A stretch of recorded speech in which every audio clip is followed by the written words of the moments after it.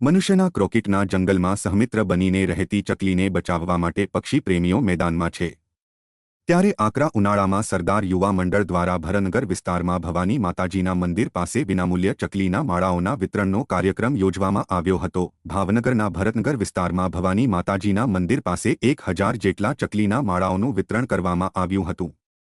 જો કે કાર્યક્રમ દરમિયાન નરેન્દ્રસિંહ જાડેજા તેમજ ભરતભાઈ મોણપરા, મનીષભાઈ પરમાર, કાનજીભાઈ બાંભણિયા, ભરતભાઈ મકવાણા, યોગેશભાઈ દિયોરા, અશોકભાઈ મકવાણા, રાજુભાઈ જોશી સહિત અનેક સભ્યોએ ભારે જહેમત ઉઠાવી હતી।